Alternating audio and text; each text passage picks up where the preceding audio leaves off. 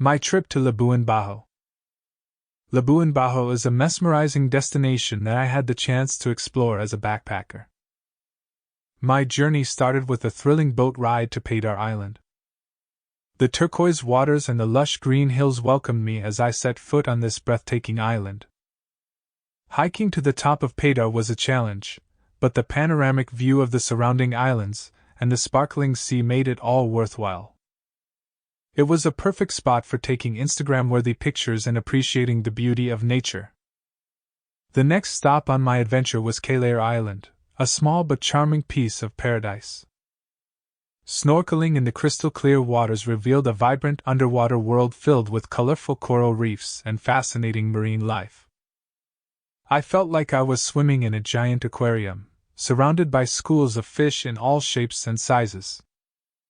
The white sandy beaches of Kelair Island provided a perfect spot for relaxation and enjoying the warm tropical sun.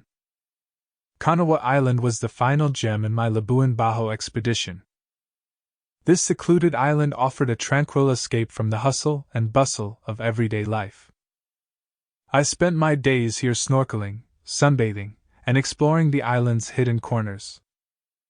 The coral gardens around Kanawa were truly spectacular, and swimming alongside turtles was a magical experience. In the evenings, the island transformed into a serene haven, allowing me to stargaze and reflect on the wonders of nature. Throughout my journey, the local hospitality and warmth of the people added an extra layer of joy to my backpacking adventure. From enjoying delicious seafood on Labuan Bajo's shores to sharing stories with fellow travelers, every moment was filled with unforgettable memories. Labuan Bajo, with its stunning islands and friendly atmosphere, is truly a must-visit destination for any backpacker seeking a blend of adventure and relaxation in the lap of nature.